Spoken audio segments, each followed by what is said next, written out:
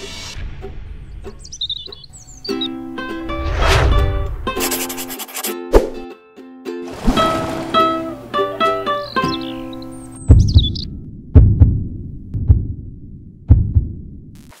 meus amigos, um dia de muita paz para todos nós. Hoje, exatamente 9 de setembro de 2024, estamos nós reunidos para estudarmos a obra Revista Espírita. Nós estamos no ano de 1861, estamos no mês de fevereiro da obra, da Revista Espírita.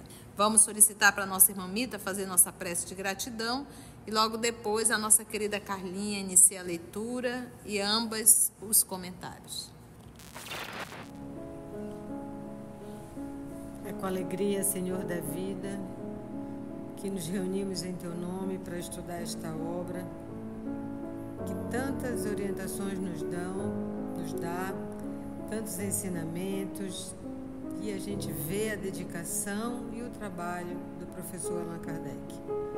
Ajuda-nos para que nós possamos estar presentes nesse estudo, prestar atenção nas lições, nas muitas lições que são passadas aqui, e que possamos refletir sobre elas e colocarmos em prática no nosso dia a dia, aonde quer que estejamos, que sejamos uma luz do Teu amor, para nesses tempos tão difíceis, de gente em sofrimento, gente em desespero. E como é alentador ter essa doutrina que nos diz de onde viemos, para onde vamos, qual é o destino, o nosso destino e o destino do planeta. Então ajuda-nos a sermos, onde quer que estejamos, uma luz a Teu serviço. Ajuda-nos principalmente a ficarmos contigo, que está conosco desde sempre, que assim seja. Nós estamos estudando a história do Sr. Squire, que é um médium que o Allan Kardec fala, que chegou na França, e ele é um médium que ele consegue fazer uns fenômenos, repetir quantas vezes se queira esse fenômeno, que é levantar uma mesa de 35 a 45 quilos, ele estando com as pernas amarradas, uma mão sendo segurada por outra pessoa e só com uma mão tocando levemente nessa mesa pesada. Essa mesa levanta e ele diz que o detalhe é que é no escuro, e claro que as pessoas começam a falar que isso pode ser, e o Kardec começa a ver, se isso é um truque de mágica ou prestidigitação, se ele é um charlatão, e aí ele vai dizendo, vai elucidando essas questões. Ele diz que como é um fenômeno que ocorre e que tem testemunhas e tudo, isso não é mágica, ele não é charlatão porque ele não está cobrando nada. E ele diz que esse fenômeno é possível, e ele, no nosso outro estudo, nos explicou como é que isso acontece. Então, vamos continuar ele falando sobre esse fenômeno. Então ele estava falando da combinação fluídica do médium com o espírito para levantar a mesa. Continuando.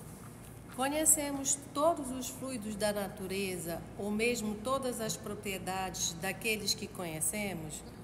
Porque ele falou que conforme Porque ele faz uma analogia, Como ele diz que não dá para saber como é que realmente acontece, como é que é o fluido universal, ele faz uma analogia, Ele faz com uma câmpula, pneumática, ele faz a força da gravidade, que o peso é o mesmo, mas conforme o meio que está, o peso aparenta ser mais leve. Então ele vai explicando isso, mas é só por uma analogia. Por isso que ele diz, a gente conhece todos os fluidos na natureza, mesmo todas as propriedades daqueles que conhecemos? Claro que não, Então é isso que ele está questionando. Até se a gente pegar essa mesa aqui é super pesada, Quantos quilos ela pesa? Aqui ela está super pesada, mas se eu jogar ela dentro de uma piscina, acabou o peso dela. Por conta do fluido líquido ali, E tem outros fluidos que a gente nem consegue, a gente não conhece tudo ainda, Seria muita presunção pensar assim. Os exemplos que acabamos de citar são comparações, não dizemos similitudes. É unicamente para mostrar que os fenômenos espíritas, que nos parecem tão estranhos, não o são mais que os mencionados, e que podem ser explicados, se não pelas mesmas causas, ao menos por causas análogas. Com efeito, eis uma mesa que, evidentemente, perde o peso aparente num dado momento e que, em outras circunstâncias, adquire um aumento de peso, não podendo tal fato ser explicado pelas leis conhecidas. No entanto, como se repete, isto prova que está submetido a uma lei que, pelo simples fato de ser desconhecida, não deixa de existir. Que lei é esta? Dão-na os espíritos. Todavia, em falta da explicação deles, podemos deduzi-la por analogia, sem recorrermos a causas miraculosas ou sobrenaturais. Ou seja, que ele está explicando que isso é um fenômeno possível, que como a gente não compreende, né, tudo sobre o fluido universal, ele diz que ele faz uma analogia. Uma analogia é uma comparação, é parecido, não é igual, como ele diz. Eu não digo que seja similitude, que seja idêntico, mas é parecido. Então, por essa analogia, ele vai dizendo, e como o fenômeno se repete mais de uma vez, e do mesmo jeito, ele observando, então dizer, esse fenômeno está submetido a uma lei. E aí ele vai explicar como é que é essa lei. O fluido universal, como o chamam os espíritos, é o veículo e o agente de todos os fenômenos espíritas. Sabe-se que os espíritos podem modificar as suas propriedades conforme as circunstâncias, que ele é o elemento constitutivo do perispírito ou envoltório semimaterial do espírito, que neste último estado pode adquirir a visibilidade e mesmo a tangibilidade. É, pois, irracional admitir que, num dado momento, possa um espírito envolver um corpo sólido numa atmosfera fluídica, cujas propriedades, consequentemente modificadas, produzem sobre esse corpo o efeito de um meio mais denso ou mais rarefeito? Nessa hipótese, o levantamento tão fácil de uma pesada mesa pelo Sr. Squire se explica muito naturalmente, assim como todos os fenômenos análogos. Porque ele explica, primeiro, quando ele diz que o fluido universal é o veículo e o agente. O que é o veículo? O veículo é o que transmite, é o condutor. E o que é o agente? É o que dá origem, a substância que provoca uma reação em outra. E aí a gente volta, por que é o fluido universal? Na questão 27 do Livro dos Espíritos, ele diz os elementos gerais do universo. Os elementos gerais do universo são o espírito, a matéria e, acima de tudo, Deus. Então, o fluido universal, que para nós parece um fluido, para os espíritos não é um fluido, é uma matéria, que eles podem manipular como a gente manipula as matérias do mundo físico. Só que é uma matéria quintessenciada, que ele diz, é uma propriedade que a gente não entende. A gente entende por comparação se eu disser, a água, ela consegue ficar no estado sólido, no estado líquido, no estado gasoso. Ela deixou de ser água nesses 3 estados? Não, ela continua sendo água.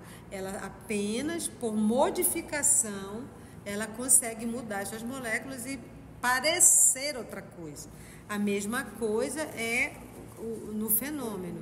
Ele está explicando que esse fenômeno, ele não tem nada nem de maravilhoso, nem de miraculoso, nem de sobrenatural. É uma coisa natural, apenas a gente não sabe explicar completamente como ele acontece. Mas ele diz, como ele já explicou no outro, que o espírito combina o fluido dele com o do médium e envolve a mesa, né, que o espírito entra na mesa, como as pessoas pensam, nem está segurando a mesa com a mão, até como ele diz, que ele não tem mais mão como a gente tem.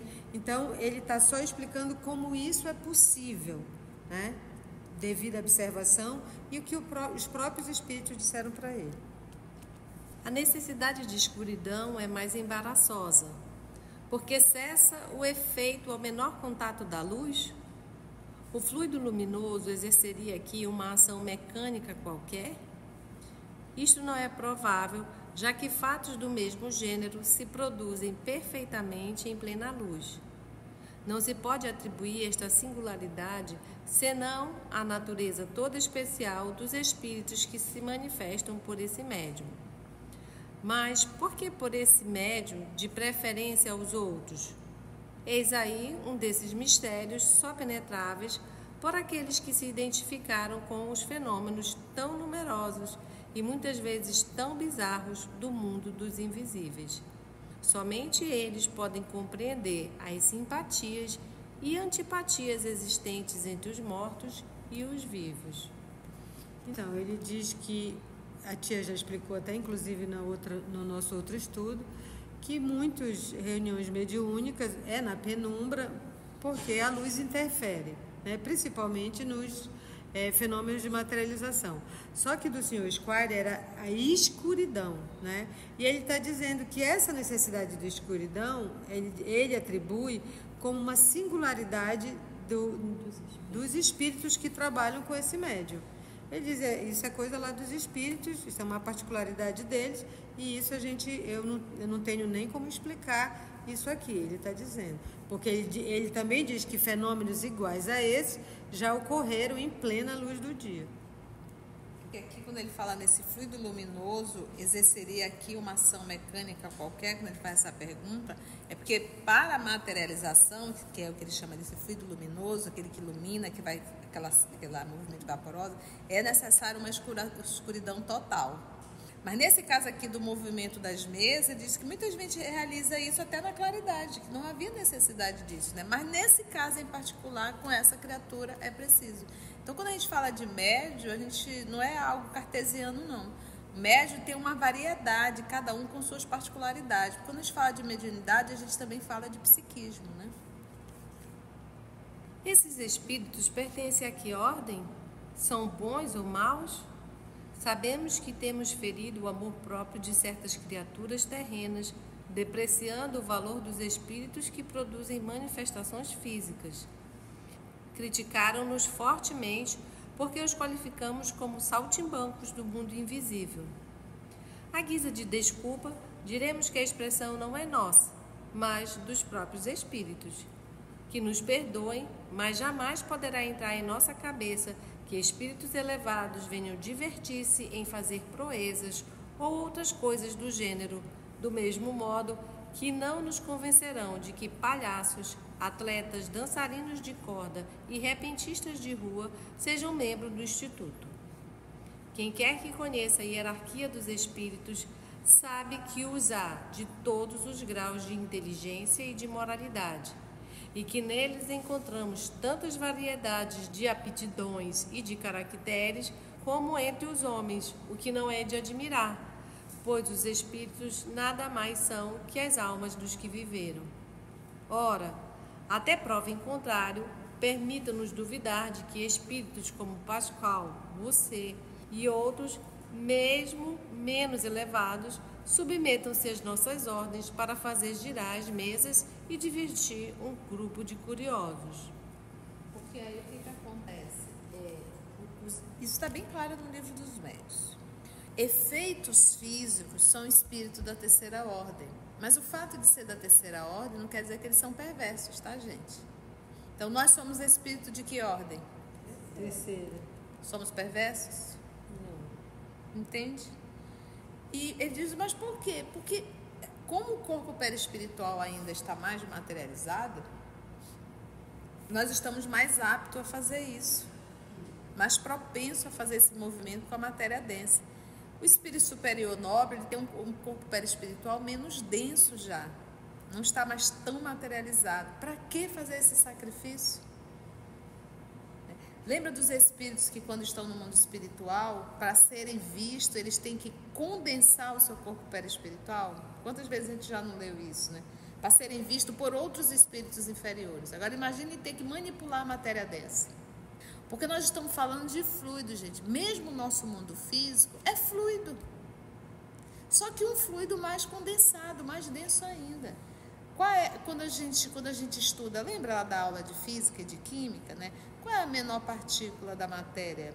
Nós aprendemos lá, matéria é tudo aquilo que ocupa lugar no espaço. Hoje isso aí já não cabe mais. Matéria não é só aquilo que ocupa lugar no espaço da forma que nós conhecemos. Hoje a matéria, a gente já identifica a matéria e aparentemente ela não está ocupando o espaço que a gente está vendo, mas tem matéria. Então tudo isso, a origem é o fluido universal. Tudo que é matéria tem origem no fluido universal.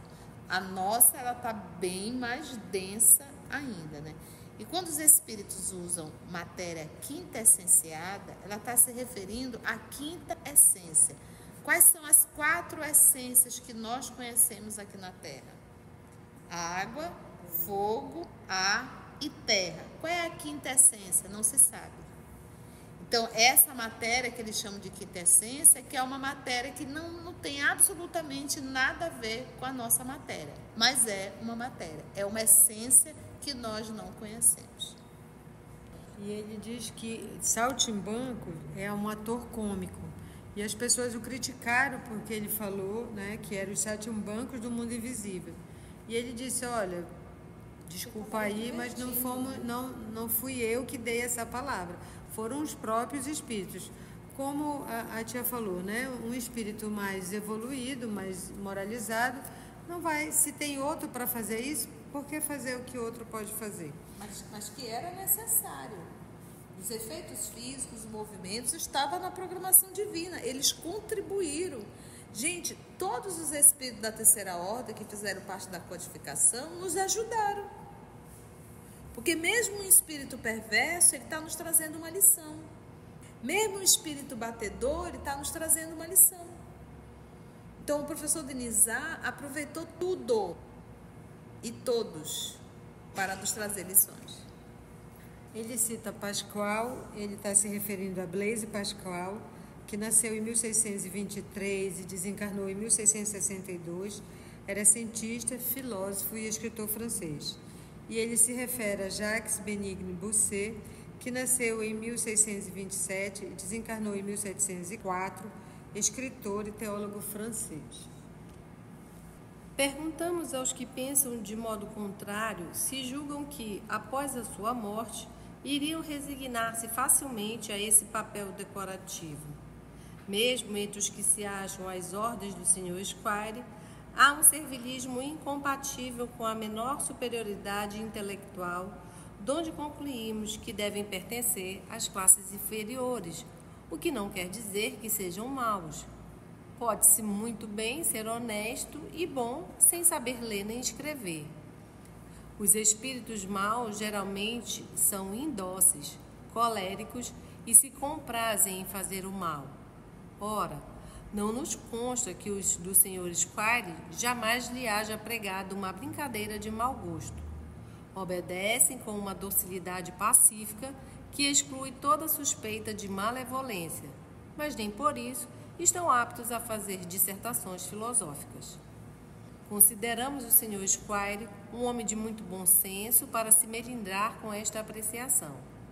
Essa submissão dos espíritos que o assistem levou um dos nossos colegas a dizer que certamente aqueles o haviam conhecido em outra vida, na qual o Sr. Squire teria exercido sobre eles uma grande autoridade, razão porque ainda lhe conservam, na presente existência, uma obediência passiva.